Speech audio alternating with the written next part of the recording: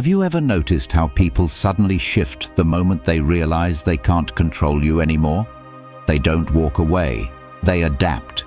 When influence fails, they find new ways to pull you back in, guilt-tripping, twisting your words, or spreading quiet rumors just to make you question yourself.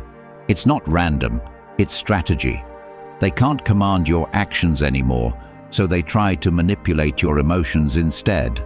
The Stoics taught that true strength lies not in controlling others, but in remaining calm when others try to control you.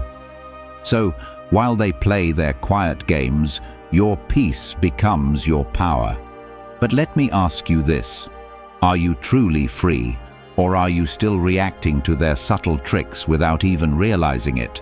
Because once you understand how people behave when they can't control you, you'll stop fighting for approval and start living in absolute freedom.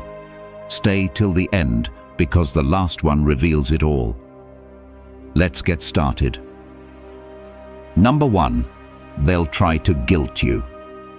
Let's talk about one of the most subtle and emotionally manipulative tactics people use when they realize they can't control you. They try to guilt you.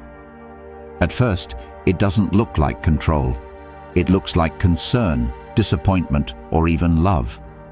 They'll say things like, "You've changed," or "You don't care about me anymore." But what they're really saying is, "You're no longer doing what I want you to do." When their ability to influence your decisions starts slipping away, guilt becomes their new weapon. Here's the truth: when control fails, guilt takes its place. It's not love, it's manipulation wrapped in emotion. Guilt tripping is how people try to pull you back into the version of yourself that served them. They don't want your independence, they want your compliance. They'll remind you of everything they've done for you, or act hurt because you're setting boundaries. And for a moment it works. You start questioning yourself. You start thinking, "Am I being selfish? Am I the bad one?" But that's exactly how guilt works. It doesn't demand, it suggests. It doesn't attack, it disarms. This is where Stoic wisdom comes in. Epictetus once said, "He who seeks to control another is already a slave to his desire." What he meant is simple. Those who try to manipulate others are not in control of themselves. They are driven by their own need to dominate, to feel relevant, to maintain power. A person at peace with themselves doesn't need to guilt you into staying. They respect your choices, even if those choices don't serve their interests. The moment someone uses guilt as a leash, it reveals their own weakness, not yours. Let me share a story.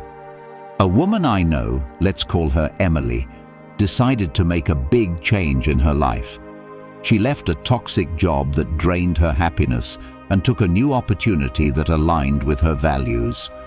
But her old boss, someone who had always used emotional pressure to keep her loyal, didn't take it well.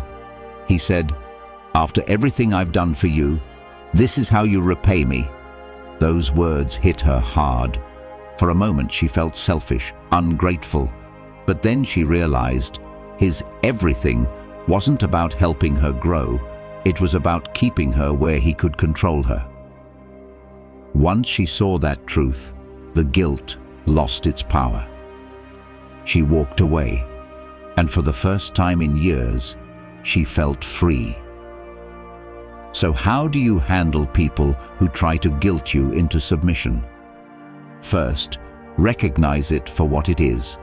Guilt tripping is not love, it's manipulation. Second, stand firm in your boundaries. You're allowed to choose yourself without apology. And finally, respond with calm, not defensiveness. When you stay grounded and refuse to be pulled into their emotional trap, you take away their control completely. At the end of the day, you don't owe anyone your peace to prove your loyalty. Those who truly care about you won't make you feel guilty for growing. They'll celebrate your strength. And when you stop responding to guilt, you reclaim your freedom, because nothing is more powerful than a person who can't be controlled. Number 2, they'll twist your words. Let's talk about one of the most manipulative tactics people use when they lose control over you. They twist your words. It doesn't happen all at once.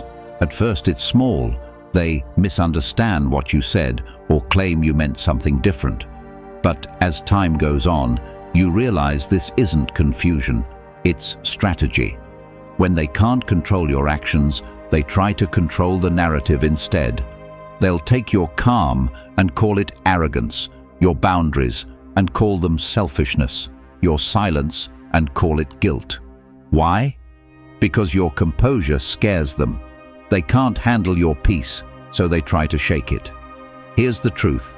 Twisting your words is a tool of emotional manipulation. People who do this don't want clarity. They want chaos. They want to put you on the defensive, to make you doubt your own intentions. When you start explaining yourself, you shift from peace to panic, and that's exactly where they want you. You become so busy defending your character that you lose sight of their manipulation. And the moment you react, they win. Because the goal was never to understand you, it was to provoke you. This is where Stoic wisdom steps in. Marcus Aurelius once said, "Do not explain yourself to those committed to misunderstanding you." Read that again carefully. Some people don't misinterpret you because they can't understand. They do it because they don't want to. Their ego depends on distorting your truth. Explaining yourself to them is like pouring wisdom into a broken cup. No matter how much you give, it will always leak. The Stoics taught that peace comes not from controlling how others see you, but from mastering how you respond to their distortion.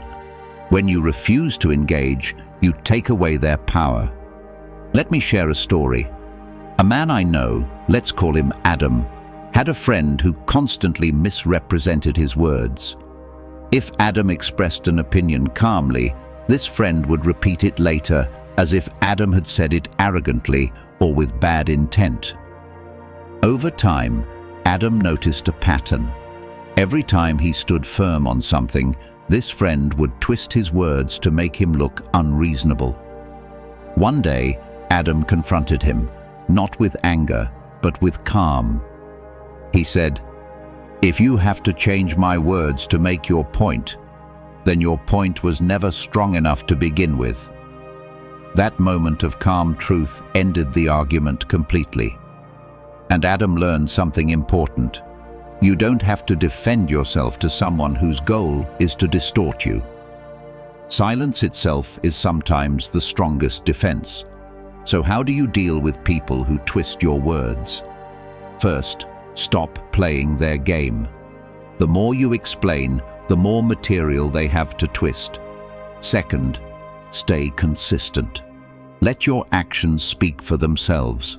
Truth always outlasts distortion. And finally, protect your peace. Some battles aren't worth fighting, especially when the other person isn't looking for truth. They're looking for control. At the end of the day, remember this: those who twist your words are revealing their own insecurity, not your inadequacy. When someone can no longer control how you act, they'll try to control how others see you. But the wise know that truth doesn't need defending, it only needs patience. Number 3, they'll play the victim. Let's talk about one of the oldest manipulation tactics in the book, playing the victim. When people lose control over you, when their influence starts to fade, they often switch strategies. Instead of being openly dominant, they become helpless. Suddenly, they're the one who's been wronged. They paint themselves as the misunderstood one, the person you've hurt, the loyal soul who only ever wanted the best for you. And it works, because guilt is powerful. They know that if they can't make you obey, they can make you feel bad for not obeying. Here's the truth: when they lose power, they'll pretend to be the one hurt. They twist the story so that your growth looks like betrayal. They'll say things like, "You've changed," or "I guess you don't care anymore." But what they really mean is, "I can't control you anymore." This act of victimhood turns sympathy into control. They cry not to be understood, but to manipulate. Their weakness isn't real. It's a performance designed to pull you back into the role that once served them. This is where Stoic wisdom becomes your armor.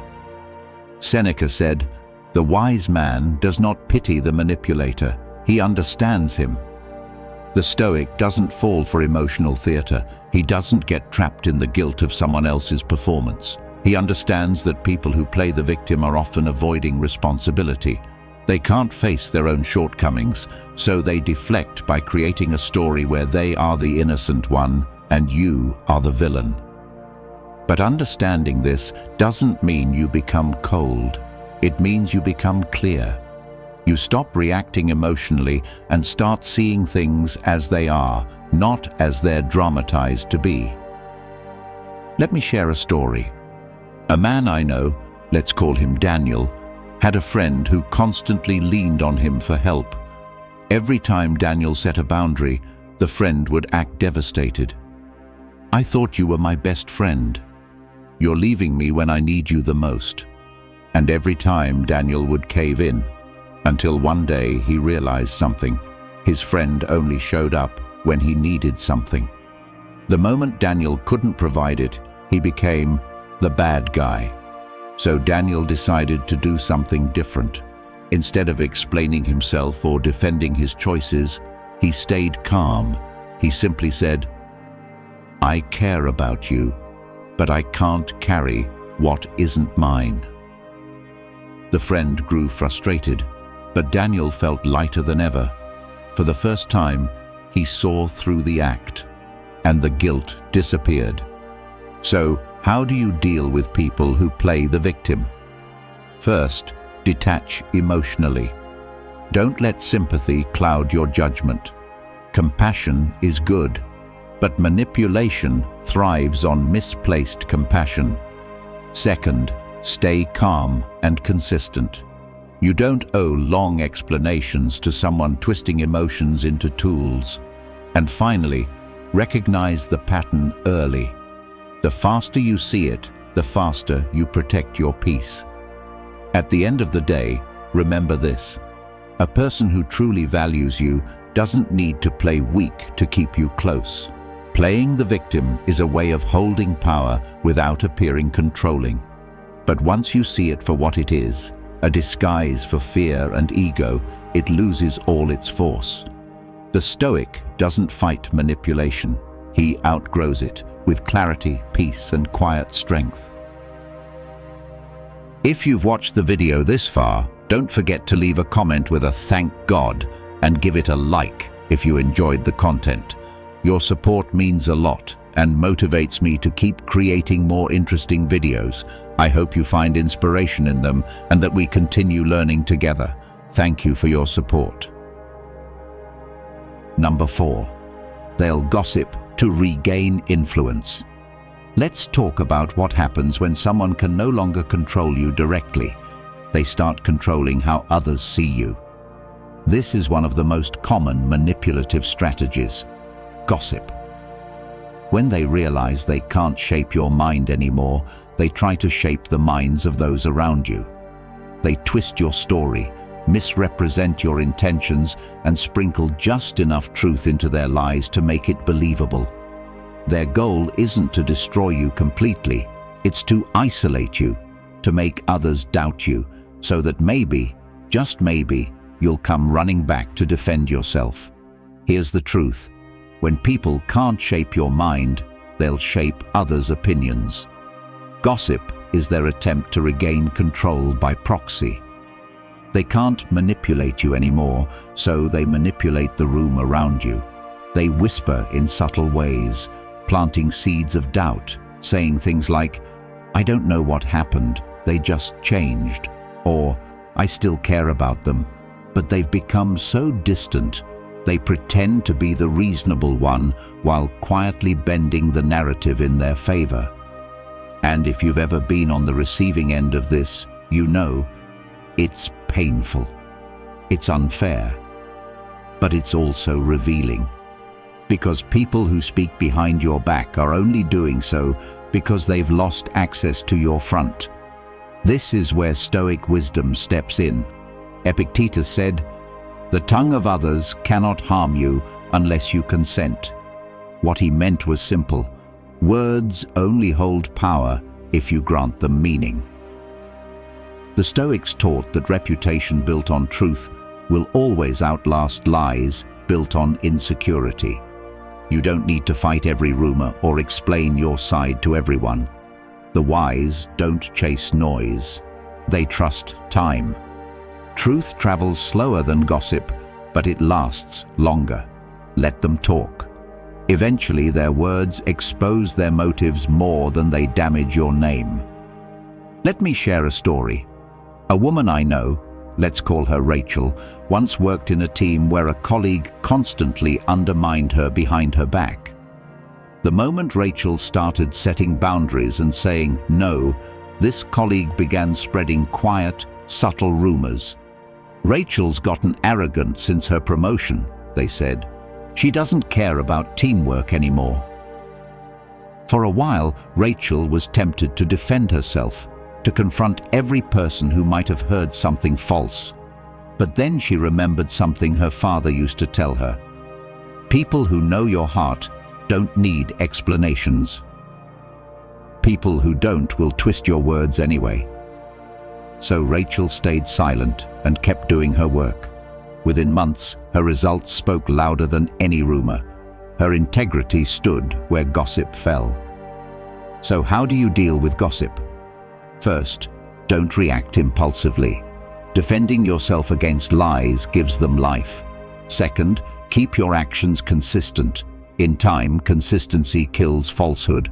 And third, remember this: silence isn't weakness, it's mastery.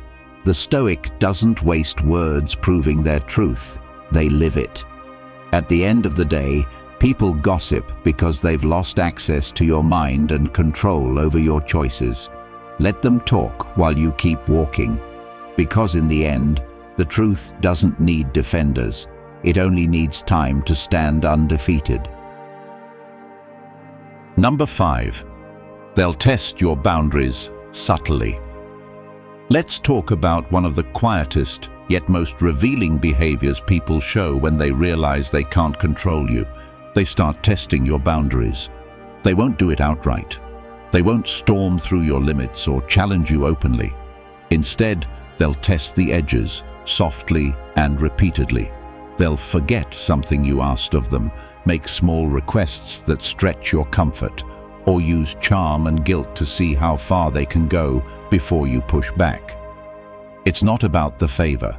They're checking if the old control still works. Here's the truth. Every time you stand firm, their illusion of control weakens. People who are used to having influence over you won't give it up easily.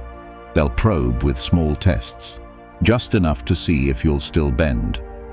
Maybe they'll ignore your boundaries once and say, "Oh, I didn't think it was a big deal." Or they'll try to convince you that you're being too serious or too rigid. But make no mistake, these small acts are deliberate. Each one is a test to measure your resolve. If you give in once, even a little, they'll take it as permission to keep pushing. This is where Stoic wisdom becomes your shield. Epictetus said, "No man is free who cannot say no." And that's the essence of freedom. Not how much power you have over others, but how much power others have over you.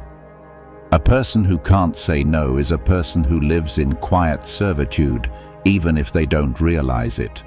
The Stoics believed that self-mastery begins with boundaries, with the ability to say, "This is where I end and where your influence stops." It's not about being cold or distant. It's about being self-respecting. You teach people how to treat you not by what you say, but by what you tolerate. Let me share a story. A man I know, let's call him Ryan, Had a friend who constantly pushed small boundaries. At first, it was harmless. Borrowing small things, showing up late, making jokes that crossed the line. Ryan would laugh it off, thinking it wasn't worth the trouble to confront him. But over time, those small acts grew bigger. The friend began making demands, assuming Ryan would always agree. One day, Ryan finally drew the line. When his friend asked for another small favor, Ryan calmly said, "I can't this time." The friend laughed it off, pushed again, but Ryan stood firm. That moment changed everything. Ryan realized something profound. Boundaries don't push people away. They reveal who's willing to respect you when they can't control you. So how do you deal with people who test your limits? First, recognize the pattern. Subtle boundary pushing is control in disguise. Second, respond with calm firmness. You don't owe long explanations. A simple, clear no is enough. And finally, stand by your words. Boundaries only work when they're consistent. At the end of the day, freedom isn't about escaping people. It's about mastering yourself enough to protect your peace. The more you honor your own limits, the less power others have to manipulate them. So when someone starts testing your boundaries, remember, every time you say no without guilt, you strengthen your freedom and weaken their control. If you found this valuable, hit like and subscribe for more powerful insights. Number 6, they'll use silence to punish you. Let's talk about one of the most emotionally draining tactics people use when they can no longer control you. They use silence as punishment. It doesn't look aggressive, but it's deeply manipulative. They don't yell, they don't argue, they withdraw. They stop calling, stop replying, stop showing affection. And suddenly you find yourself wondering what you did wrong. That's the trap. Their silence isn't peace, it's pressure. It's designed to make you chase, to make you question yourself, to make you earn their attention again. Here's the truth. They'll withdraw affection or communication to make you chase them. This isn't emotional maturity, it's emotional control.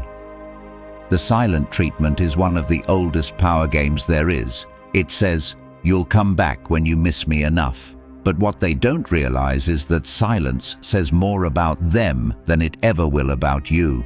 It reveals a person who confuses manipulation for strength, someone who thinks withholding love gives them control. But here's what the Stoics would say: no one can punish you with silence if you've mastered your peace. Marcus Aurelius said, "Silence is the response of strength, not weakness."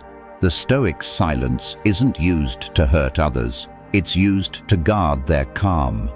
The difference lies in intention. When a manipulator goes silent, it's a weapon meant to wound. When a Stoic chooses silence, it's a shield meant to protect. You owe no reaction to immaturity. Responding to silent punishment with desperate explanation only fuels their illusion of power. But when you respond with composure, when you stay calm, grounded, and detached, you take away everything they're trying to gain, because silence only works as control if it bothers you. Let me share a story. A woman I know, let's call her Grace, was in a relationship with someone who used silence to punish her. Whenever she stood up for herself, set a boundary, or said something he didn't like, he'd suddenly stop talking. No texts, no calls, no acknowledgement, just cold, deliberate distance. And every time, Grace would panic. She'd apologize for things that weren't her fault, just to end the silence. Until one day, she decided to do something different. She matched his silence with peace. Instead of chasing him, she focused on her own life. She went for walks, read, worked on her goals. Within days, he broke the silence. Not because he missed her, but because her indifference shattered his control. Grace learned something powerful that day. The only way to beat emotional manipulation is to stop playing the game. So how do you handle someone who uses silence as punishment? First, don't chase them. Their withdrawal is a test. Passing it means staying calm. Second, shift your focus. Pour that energy back into yourself, your work, your peace. And third, respond with dignity, not reaction. Let their silence echo while you grow louder through your calm. At the end of the day, the Stoic doesn't fear silence. They use it. When others go quiet to punish, the wise remain still to protect. Remember, silence is only power when it's grounded in peace, not ego. So let them stay silent. You've got nothing to prove and everything to gain. Number 7, they'll criticize what they can't control. Let's talk about a behavior that always reveals more about them than it does about you. They criticize what they can't control. When someone no longer has power over your emotions, choices, or direction, they often resort to tearing down what they can't influence. They'll question your decisions, mock your calm, or find fault in your confidence. They'll say things like, "You've become so full of yourself," or "You think you're better than everyone else now." But what they're really saying is, "Your peace threatens my insecurity." Here's the truth. Your confidence irritates their insecurity. The moment you stop reacting, stop seeking approval, and start walking your own path, some people take it personally. Why? Because your independence exposes their dependence. Your self-control mirrors the chaos they refuse to confront in themselves. So instead of working on their own growth, they project their discomfort onto you. They can't stand that you've stopped needing their validation, so they disguise their resentment as concern or honesty. But remember this, their criticism isn't truth, it's projection. This is where Stoic wisdom cuts through the noise. Seneca said, "The insult of the envious is the praise of the worthy." What does that mean? It means when insecure people attack your growth, they're really acknowledging it. Their criticism is backhanded recognition. The Stoics believed that other people's judgments are outside your control, and therefore they have no power unless you grant it. When someone insults your calm, they're confessing that they've lost theirs. When they mock your discipline, they're revealing their lack of it. The wise don't react, they observe. They understand that envy often dresses itself as critique. Let me share a story. A guy I know, let's call him Alex, decided to make some big life changes. He stopped drinking, started focusing on his health, and became more selective about who he spent time with. At first, his friends supported him, but as his habits became consistent, the jokes started. "You've changed, man," they said. "You think you're better than us now?" The truth was, Alex had changed, but for the better. Their teasing wasn't about his choices, it was about their discomfort.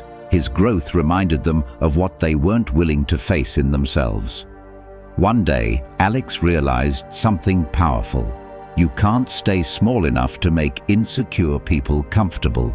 So he stopped explaining and kept evolving.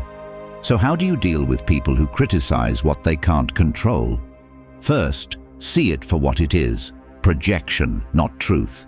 Don't internalize their insecurities. Second, respond with silence and grace. You don't need to justify your peace to those who thrive on conflict. And third, keep moving forward. Every step you take toward growth reminds them that control is something they lost the moment you found your strength. At the end of the day, your calm will always irritate those who live in chaos. The more you rise above their noise, the louder their envy becomes. But remember, their criticism is just proof that you've outgrown their control. So let them talk, let them judge. You don't need to fight for validation. You've already won the moment you chose peace over approval. If you believe this video can help others, give it a like. It helps the YouTube algorithm show it to more people. And don't forget to subscribe for more awesome content coming your way. Share your thoughts in the comments. I will definitely reply.